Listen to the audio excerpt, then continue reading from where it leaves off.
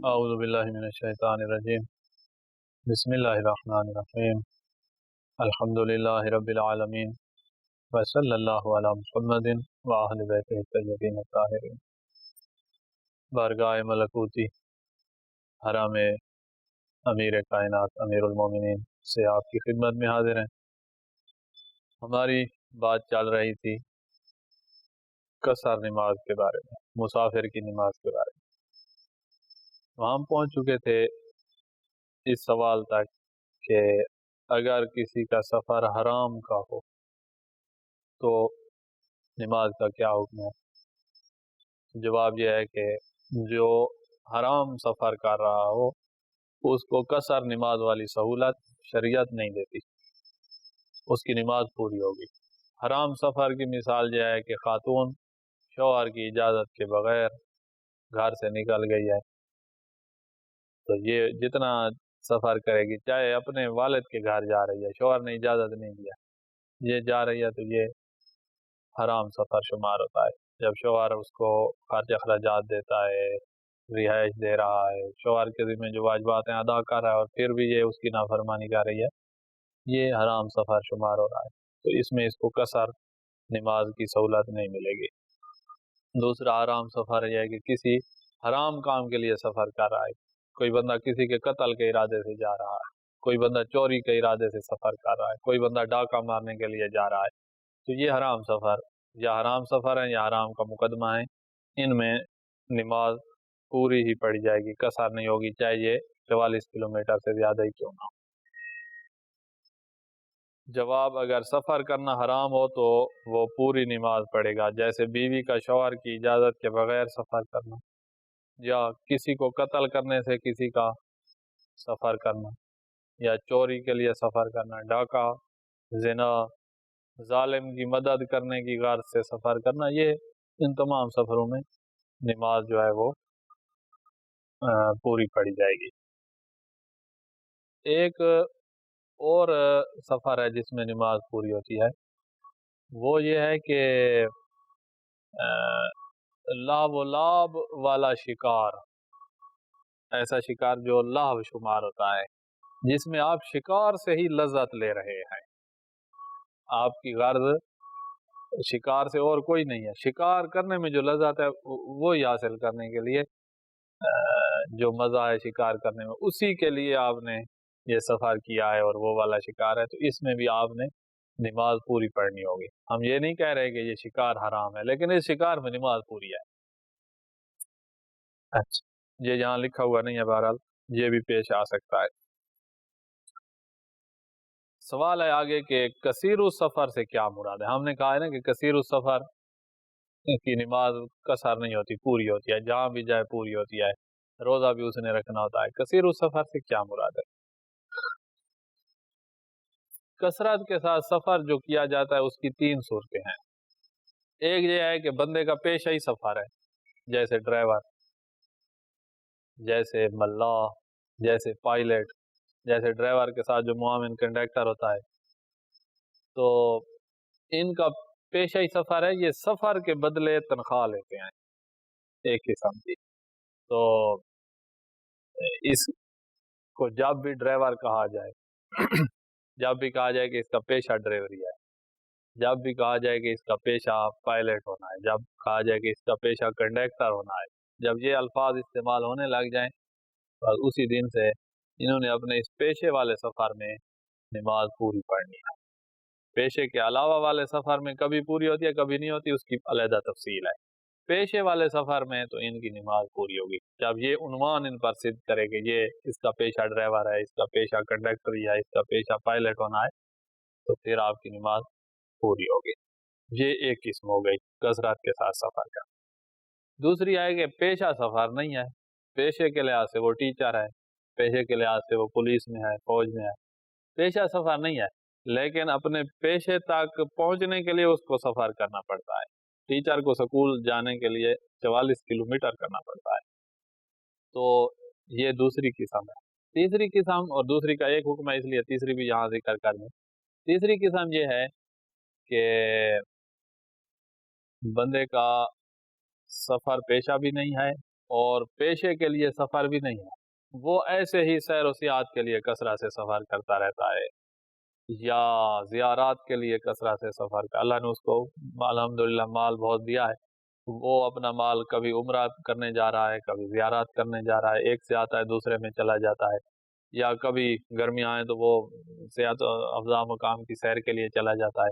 تو اس کا نہ کوئی پیشہ ہے سفر کرنا، اور نہ ہی پیشے کے لیے سفر کر رہا ہے ٹیچر کی طرح، یہ ایسے ہی سفر کر رہا ہے۔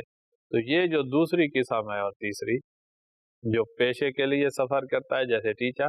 اور جو بغیر پیشے کے سفر کرتا ہے جیسے زیارات اور حج اور عمرے اور یہ کرنے والا، تو ان دونوں کے لیے کثیر السفر کا ایک قاعدہ کلیہ ہے۔ اس قاعدے کے تحت اگر یہ آ جائیں تو ان کی نماز پھر ہر جگہ پوری ہوگی، جس سفر میں بھی جائیں۔ ٹیچر چھٹی کے دن ہسپتال جا رہا ہے تب بھی اس کی نماز پوری ہوگی، کیونکہ وہ اس قاعدے میں آ رہا ہے۔ پولیس مین چھٹی ہے اس کی، وہ سیر پہ جا رہا ہے تب بھی اس کی نماز پوری ہوگی، کیونکہ اس قاعدے کے تحت آ رہا ہے۔ میں قاعدہ ابھی بتاتا ہوں۔ تو لہذا یہ دوسری اور تیسری قسم جو ہے اس قاعدے میں آتی ہیں، کلیہ جو اس کا ہے اس میں آتا ہے،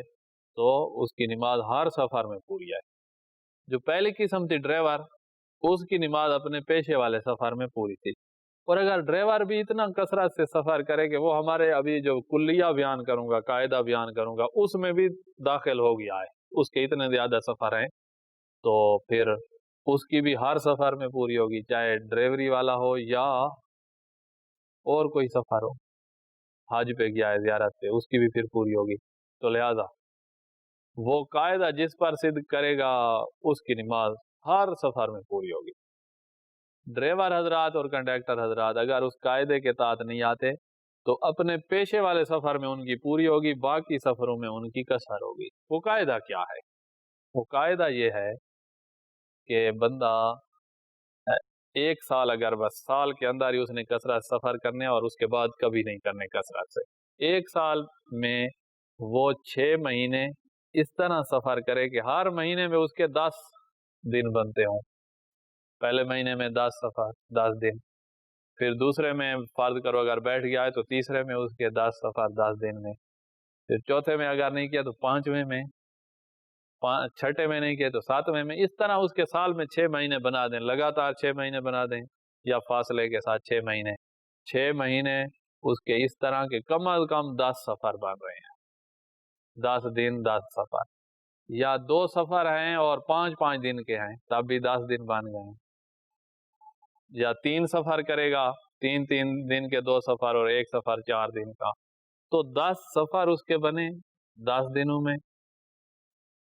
اور 6 مہینے اس کا سال کے اندر یہ پروگرام ہے، تو یہ بندہ کثیر السفر بن سکتا ہے۔ تو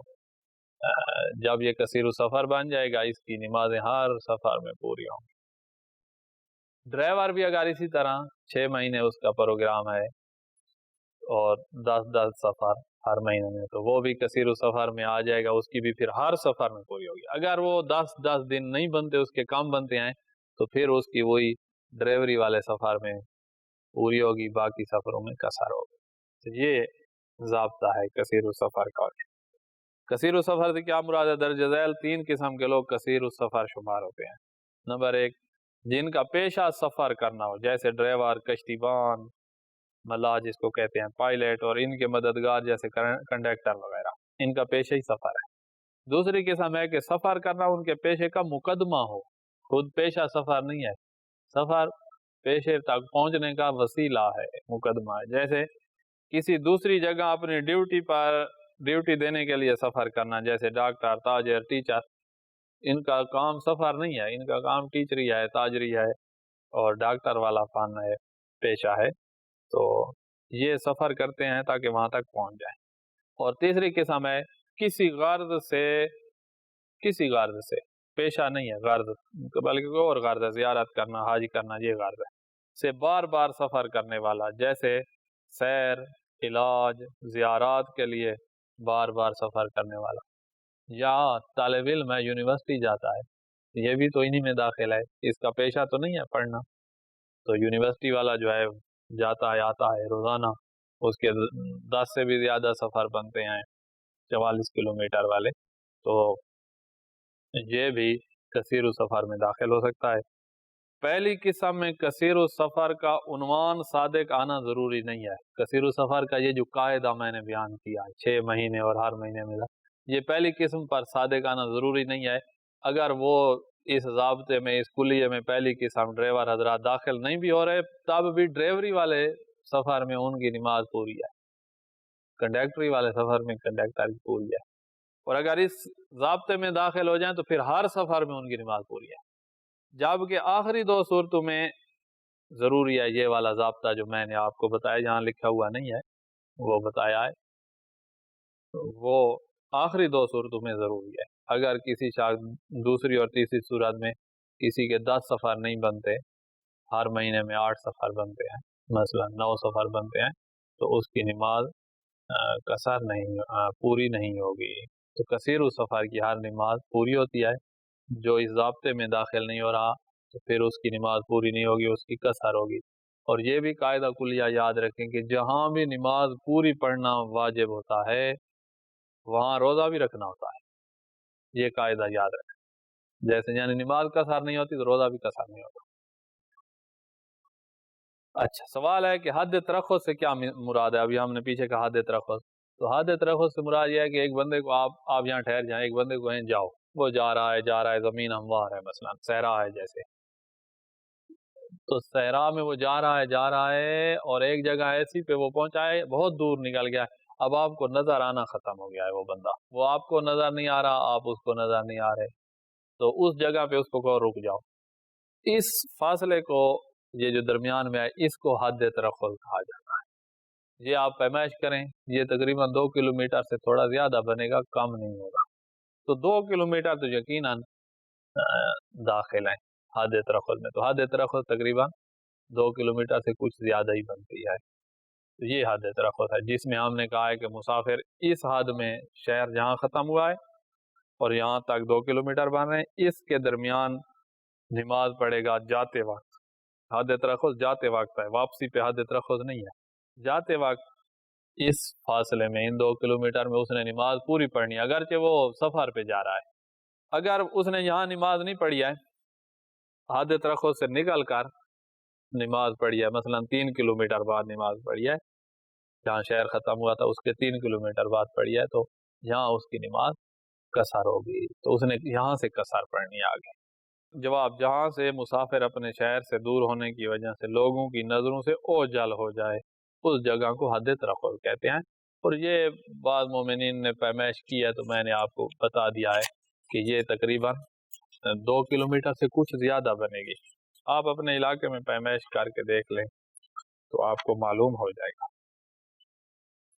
اچھا، آگے ہے کہ یہی بات کہ واپسی پر جب تک مسافر شہر میں داخل نہیں ہو جاتا نماز قصر پڑھے گا، یعنی واپسی پہ حد ترخص نہیں ہے، جاتے وقت ہم نے کہا 2 کلومیٹر تک نماز پوری پڑھو، وہ گیا اور واپس آیا ہے، شہر سے ابھی 2 کلومیٹر رہتے ہیں، وہ حد ترخص والا علاقہ جو جاتے وقت تھا اسی میں واپس آ گیا، یہاں پر اب واپسی پہ ایسے نہیں ہوگا کہ اس علاقے میں وہ نماز پوری پڑھے، یہ جاتے وقت تھا، واپسی میں نماز پوری ہوگی جب شہر میں داخل ہوگا، جیسے شہر کے پہلے گھر آئے، جیسے ہم نے وہ خیالی دیوار بنائی تھی اور شہر کا دروازہ لگایا تھا، اس میں داخل ہوا، اب آگے اس کی نماز پوری ہے، اپنے شہر آ گیا، واپسی پہ حد ترخص نہیں ہوتی۔ اس لیے جو مومن روزہ رکھتے ہیں اور ہم ان کو کہتے ہیں کہ زوال سے پہلے پہلے واپس آ جاؤ، تو ان کو زوال سے پہلے پہلے اپنے شہر میں داخل ہونا پڑے گا، اگر وہ ان 2 کلومیٹروں میں داخل ہو گیا تو اس طرح روزہ نہیں بچ سکتا، کیونکہ واپسی پہ ان کی کوئی قیمت نہیں ہے۔ آگے سوال ہے کہ اگر مسافر قصر نماز کی جگہ پوری پڑھ لے تو اس کی نماز کا کیا حکم ہے؟ قصر پڑھنی تھی، پوری پڑھ لیا، جان بوجھ کر ایسے کیا ہے تو اس کی نماز ہی باطل ہے۔ اگر جان بوجھ کر ایسے نہیں کیا ہے، ایک بندہ جانتا ہی نہیں تھا کہ نماز قصر بھی ہوتی ہے شریعت میں کہ نہیں ہوتی، اس کو پتہ ہی نہیں تھا، اور اس نے قصر کی جگہ پوری پڑھ لیا ہے، تو اس کو معافی ہے، اس کی نماز بس ٹھیک ہے، نماز کے اندر وقت کے اندر نماز پڑھ لیا، وقت ابھی باقی تھا، وقت کے اندر پتہ چل گیا ہے مسئلہ کا کہ نماز قصر ہوتی ہے، تب بھی جو اس نے پوری پڑھی ہے اس کی ٹھیک ہے۔ وقت کے بعد پتہ چلا ہے تو قضا نہیں ہے۔ یہ وہ ہے جو مکمل جاہل، جس کو یہ پتہ نہیں ہے کہ نماز قصر بھی ہوتی ہے یا نہیں ہوتی، یہ اس کی بات ہے۔ اور اگر بندہ جاہل نہیں ہے، حکم سے جاہل نہیں، اس کو پتہ ہے قصر ہوتی ہے، لیکن یہ جو ہم نے شرائط بیان کی تھی 8، ان میں سے کسی شرط سے جاہل ہے اور اس نے سمجھا ہوا ہے کہ میری نماز پوری اور تھی قصر، تو اس نے اگر پڑھ لیا ہے تو احتیاط واجب یہ ہے کہ یہ نماز کا وقت ابھی باقی ہے اور اس کو پتہ چل گیا تو دوبارہ قصر نماز پڑھ لے، اگر وقت باقی نہیں ہے تو پھر قضا نہیں ہے۔ اسی طرح جس نے بھول کر پڑھ لیا ہے، پڑھنی قصر تھی بھول کر پوری پڑھ لیا ہے، تو یہ والا بندہ وقت کے اندر پتہ چل گیا ہے، یاد آ گیا ہے مسئلہ، تو اس کو دوبارہ پڑھ لے گا، وقت ختم ہو گیا ہے تو قضا نہیں ہے۔ جان بوجھ کر ایسا کرنے سے نماز باطل ہو جاتی ہے، قصر کی جگہ پوری پڑھ لے، یہ جواب ہم پڑھ رہے ہیں۔ اور اگر بھول کر یا مسئلہ نہ جاننے کی وجہ سے ایسا کیا ہو اور وقت بھی گزر گیا ہو تو اس کے ذمہ کچھ نہیں ہے، یعنی قضا نہیں ہے، جان بوجھ کر والے پر قضا ہے اور کسی پہ قضا نہیں ہے۔ لیکن کچھ بندے ہیں جنہوں نے وقت کے اندر مسئلے کا پتہ چل جائے تو انہوں نے دوبارہ نماز پڑھنی ہے، وہ ہم نے آپ کو بتا دیا ہے۔ آگے ہے سوال، اگر کسی نے اپنی یومیہ نماز کو معین وقت میں ادا نہ کیا ہو تو اس کا کیا وظیفہ ہے؟ صبح کی نماز پڑھنی تھی طلوع آفتاب تک، اس نے نہیں پڑھی، جان بوجھ کر نہیں پڑھی، سویا ہوا تھا وغیرہ وغیرہ، تو اس کا کیا وظیفہ ہے؟ تو اس کی نماز قضا ہو گیا اور اب اس نے قضا کی نیت سے وہی نماز پڑھنی ہے، تو جتنا جلدی ہو سکے قضا کی نیت سے پڑھ لے۔ جواب، ان کی قضا واجب ہے، جو نماز چھوڑ دیا اس نے وقت میں، وقت ختم ہو گیا ہے۔ خاتون جس کی نماز حیض کی وجہ سے رہ گئی ہے، نفاس کی وجہ سے، بچہ کی ولادت ہوئی تو نفاس کی وجہ سے اس کی نماز رہ گئی ہے، تو حیض یا نفاس کی وجہ سے جتنی نمازیں رہ جائیں ان کی قضا معاف ہے، ادا تو رہ گئی، پڑھ ہی نہیں سکتی حیض کی حالت میں، اس کی قضا نہیں ہے۔ روزے کی قضا ہے، حیض کی حالت میں جتنے روزے رہ جائیں، نفاس کی حالت میں رہ گئے ان کی قضا کرنی ہوگی، نماز کی قضا نہیں ہے، نماز معاف ہے اس پر۔ خاتون کے لیے حیض اور نفاس کی حالت میں چھوٹ جانے والی نمازوں کی قضا نہیں ہے۔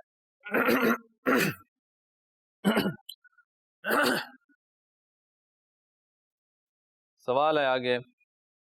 کہ مرحوم باپ کی کون سی نمازیں بڑے بیٹے پر واجب ہیں؟ مرحوم باپ کی نمازیں بڑے بیٹے پر کس صورت میں کون سی شرائط کے ساتھ واجب ہے؟ تو احتیاط واجب کی بنا پر بڑے بیٹے پر مرحوم باپ کی نمازیں، قضا نمازیں انجام دینا واجب ہوتا ہے، خود انجام دے یا کسی کو پیسے دے اجارے پر، وہ اس کے والد کی نمازیں پڑھے گا، اس نے احتیاط واجب بنا پر خود پڑھنی ہے یا پڑھوانی ہے، لیکن اس صورت میں اس پر واجب ہیں جب ادا نماز باپ سے مجبوری کی وجہ سے رہ گئی ہو۔ اگر اس نے جان بوجھ کر نہیں پڑھی اور جان بوجھ کر نماز سے بے پرواہی کی ہے، اب ہم بڑے بیٹے پر یہ بوجھ نہیں رکھیں گے، مجبوری کی وجہ سے ادا نماز رہ گئی ہو اور قضا کرنے کا اس کو موقع بھی ملا ہو۔ ایک بندہ ہوتا ہے جس کی نماز ادا رہ جاتی ہے مجبوری کی وجہ سے اور قضا کرنے کا موقع ہی نہیں ملتا، پہلے ہی فوت ہو جاتا ہے،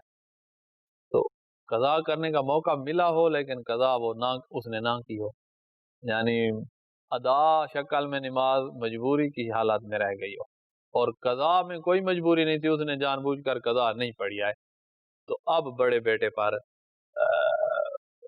باپ کی نمازیں واجب ہوں گی، یعنی قضا کرنے کا موقع ملا ہے لیکن اس نے قضا انجام نہیں دیا،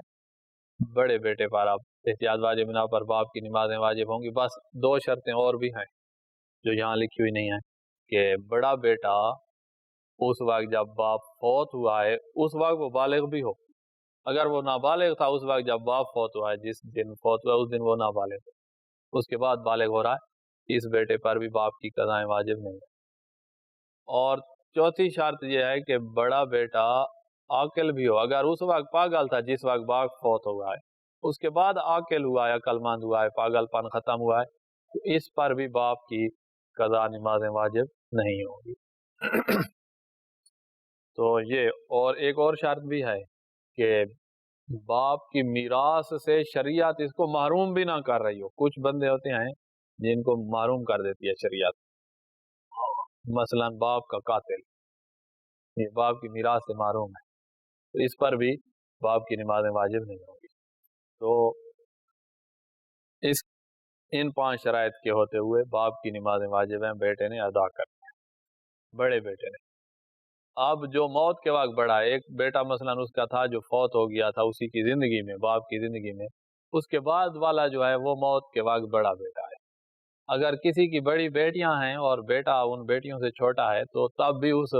بیٹے کو بڑا بیٹا شمار کیا جا سکتا ہے، اس سے چھوٹے ہوں گے جو اور بیٹے اگر ہیں تو یہ بیٹوں میں سے بڑا بیٹا ہے۔ یا کسی کا ایک ہی بیٹا ہے تو یہ بڑا بیٹا شمار ہوتا ہے، چاہے اس سے بڑی بہن بھی ہو تب بھی یہ بیٹوں میں سے بڑا بیٹا یہی ہے۔ اگر باپ نے کچھ نمازیں نہ پڑھی ہوں اور ان کی قضا پڑھنے پر قادر تھا، ادا مجبوری میں نہ پڑھی ہوں، قضا پڑھنے پر قادر تھا اور جان بوجھ کر ادا نمازیں جان بوجھ کر ترک نہ کی ہوں، یہ جان بوجھ کر ترک نہ کی ہوں ان کا تعلق ادا شکل کے ساتھ ہے، یعنی باپ نے کچھ نمازیں نہ پڑھی ہوں ادا اور جان بوجھ کر ترک نہ کی ہوں اور ان کی قضا کرنے پر قادر تھا۔ جان بوجھ کر ترک نہ کرنے کی مثال دے رہے ہیں مجبوری کی صورت میں جو رہ گئی ہیں، جیسے نیند یا غفلت کی وجہ سے چھوٹ گئی ہوں۔ اب نیند کی وجہ سے چھوٹ گئے تو وہ جان بوجھ کر نہیں ہے نا، اور مجبوری کی صورت میں جو رہ گئی ہیں وہ جان بوجھ کر نہیں ہے۔ تو جو جان بوجھ کر نمازیں انسان کی رہ جائیں ادا، ان کی قضا نہیں ہے، مجبوری کی صورت میں رہ گئی ہیں تو ان کی قضا ہوگی بڑے بیٹے پر ادا نمازیں۔ تو احتیاط واجب بنا پر بڑے بیٹے پر واجب ہے کہ خود پڑھے یا اجرت پر انہیں پڑھوائے۔ اچھا، یہ مسائل یہاں ختم ہوئے۔ آگے ہے کہ جماعت کی باتیں ہو رہی ہیں کہ جان بوجھ کر جماعت کے ساتھ نماز نہ پڑھنے کا کیا حکم ہے۔ جماعت مستحب ہے، واجب نہیں ہے، لیکن ایک بندہ جان بوجھ کر جماعت میں نہیں جاتا تو کیا گناہ گار تو نہیں ہوتا؟ تو یہاں 2 صورتیں، ایک دفعہ نماز جماعت میں نہیں جاتا کیونکہ اہمیت ہی نہیں دیتا جماعت کو بے وقت چیز سمجھتا ہے، اس صورت میں پھر نماز جماعت کو ترک کرنا جائز نہیں ہے۔ جب بے وقت ہی آ جائے تو نماز جماعت ترک کرنا جائز نہیں ہے۔ اس کے علاوہ اگر بے وقت نہیں سمجھتا، کسی وجہ سے نہیں جا سکتا، تو پھر یہ نہ جانا اس نے کوئی گناہ نہیں کیا ہے، ایک فضیلت سے محروم ہو گیا اور بہت بڑی فضیلت سے محروم ہو گیا ہے۔ بغیر عذر کے نماز جماعت سے بے اعتنائی برتتے ہوئے، بے پرواہی کرتے ہوئے اس میں شریک نہ ہونا جائز نہیں ہے۔ اب نماز جماعت کے پھر اور مسائل شروع ہو گئے ہیں۔ آگے آئے کہ امام جماعت کی کیا شرائط ہے۔ تو امام جماعت میں مندرجہ ذیل 7 شرائط کا ہونا ضروری ہے۔ ہمارے یہاں فقہ جعفریہ میں ایسے نہیں ہے کہ جس کو بھی پکڑ کے آگے کھڑا کر دو بس وہ امام جماعت بن گیا ہے۔ ہمارے یہاں شرائط ہیں، اگر ہر ایرے غیرے کو پکڑ کے کھڑا کیا جائے گا تو پھر سارا نظام ہی خراب ہو جائے گا۔ ہمارے ہاں یہ شرائط ہی ہیں جس کی وجہ سے مرجعیت پر ہم سارے اکٹھے ہیں۔ باقی فرقے جو ہیں ان میں ہر مسجد کا پیش نماز ان کا مرجع بنا ہوا ہے اور اس کی مرضی جیسے فتوے دے، اس کو کوئی ٹوکنے والا نہیں ہے، کوئی کچھ کہہ ہی نہیں سکتا۔ وہاں نہ کوئی شرائط ہے اور نہ ہی کوئی نظام ہے۔ تو ہمارے ہاں یہ شرائط ہیں۔ اب یہ شرائط ہوں تو بندہ پیش نماز بن سکتا ہے، نہیں تو نہیں بن سکتا۔ پہلی شرط مومن ہو، یعنی 12 اماموں کو ماننے والا ہو۔ اگر کسی ایک امام کا بھی منکر ہے یہ پیش نماز نہیں بن سکتا۔ دوسرا ہے عاقل ہو، پاگل شخص پیش نماز نہیں بن سکتا۔ تیسرا ہے حلال زادہ ہو، اگر کسی کے بارے میں پتہ چل گیا ہے، علم ہے کہ یہ حرام زادہ ہے، اس کے پیچھے نماز نہیں ہوتی۔ مرد ہو، اگر پیچھے جو پڑھنے والے ہیں وہ مرد ہیں تو پیش نماز مرد ہو۔ اور